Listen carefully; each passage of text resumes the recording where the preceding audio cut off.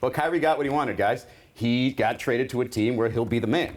But after going to 3 straight finals and winning a title, I got to ask you, Paul, is Kyrie better off now that he's a Celtic?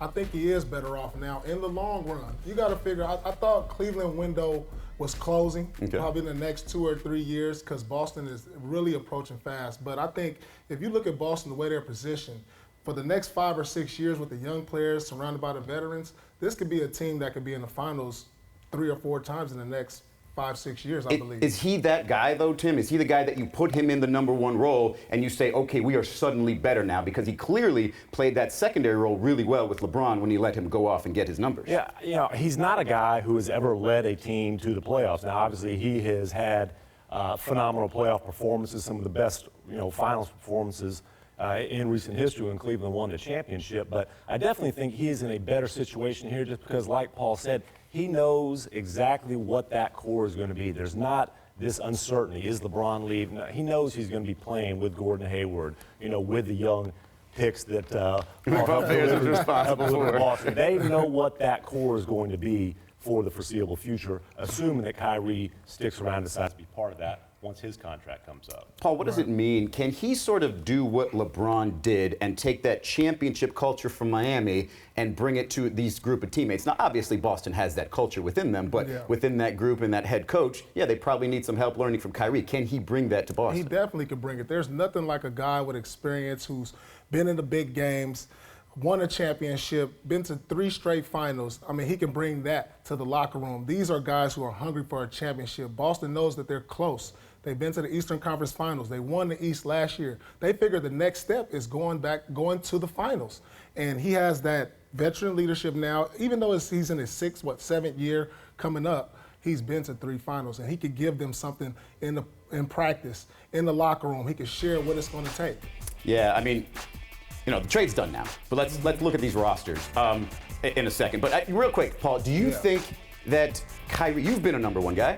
Do you think Kyrie has that in him? Not only to be a #1 guy because he was that before LeBron got back to Cleveland, but to do that on this quality of a team? I think so. I think he's finally learned under the tutelage of LeBron. So now he's ready to take that step. I mean, he's been the prince. He wants to be the king now. So I think he does. I think he's ready for it. And I think he's capable of leading Boston. All right, well, let's look at who he's going to be playing with. Let's look at the rosters now that or at least the potential starting lineups next season, now that this trade's done. You look at the Boston side, and yes, they got Kyrie Irving, that's exciting. Yes, they got Gordon Hayward, that's exciting. They got another All-Star in Horford still.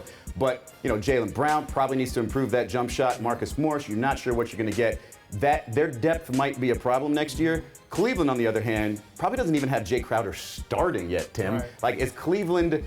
If Isaiah Thomas's hip is okay and everything works out with that, is Cleveland slightly better because they're deeper now? I don't think there's any question. I don't think there's that stark of a difference between Isaiah Thomas and Kyrie Irving. And I really think Jae Crowder is such an underrated part of this trade for the Cavaliers. I mean, he is a phenomenal role player, understands the kind of role player that he is. And, in this league, if you're trying to compete for championships, obviously who's coming out of the other side more than likely. Right. You can't have enough high-quality wing defenders, and Jae Crowder is absolutely that kind of player.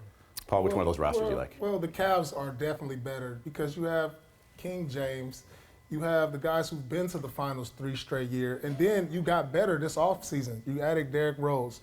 You added Isaiah Thomas, who does a lot of the things that Kyrie does.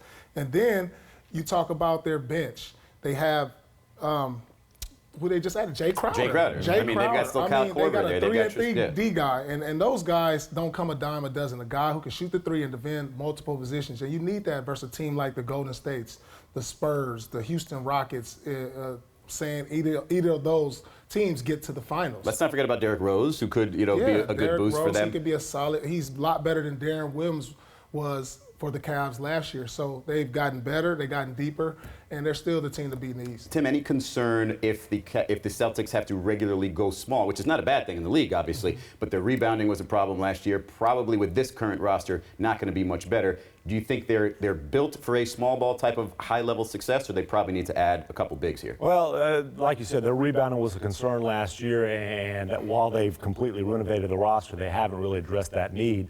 It is a small ball league, though. I mean, if you look at the contenders in the league right now, I mean, everybody's playing small ball, so they're suited to play that style. But they're going to have to, I think Horford in particular is going to have to be a better rebounder than he was for them last season. I got to ask you, Paul, because I wonder how much this means to LeBron or any player in his position. You've got Kyrie Irving, who you could tell from the beginning wasn't really fond of playing with LeBron. They worked it out clearly. Isaiah Thomas has a different type of energy. Isaiah Thomas just brings sort of, again, an energy, a fun sort of feel to the game. Does that help LeBron more? Do you think LeBron will vibe with Isaiah more, maybe even be as good or better a pairing? I think Isaiah, if you were going to leave Boston, what better place could you be than with LeBron James? Right. You know, I'm sure LeBron James is a guy he looked up to, has followed when he was in college. So, I mean, just to go up there and learn from LeBron and understand you're in a culture where you have a chance to be in the finals, I think, you know, he's sad probably for leaving Boston, but to go to Cleveland as a consolation and maybe end up in the finals is not a bad thing. No, and I got to ask you this too, because he was on the verge of being, potentially, if they would have re-signed him, played a Celtic great. Like he would have been on the same level as you've been. And I'm just wondering how much you think that hurts him being gone from that specific historic franchise. It's gonna hurt a lot. I mean, he saw that the love that the fans gave him, how he was respected, how he just kind of took on the city as his own. I mean, I saw that when I was out there this summer. They really embraced Isaiah Thomas. So he's going to go from the guy to another piece to Cleveland's championship caliber team. So that kind of got to hurt. And we don't know what his contract situation is going to look like in a year from now if LeBron leaves.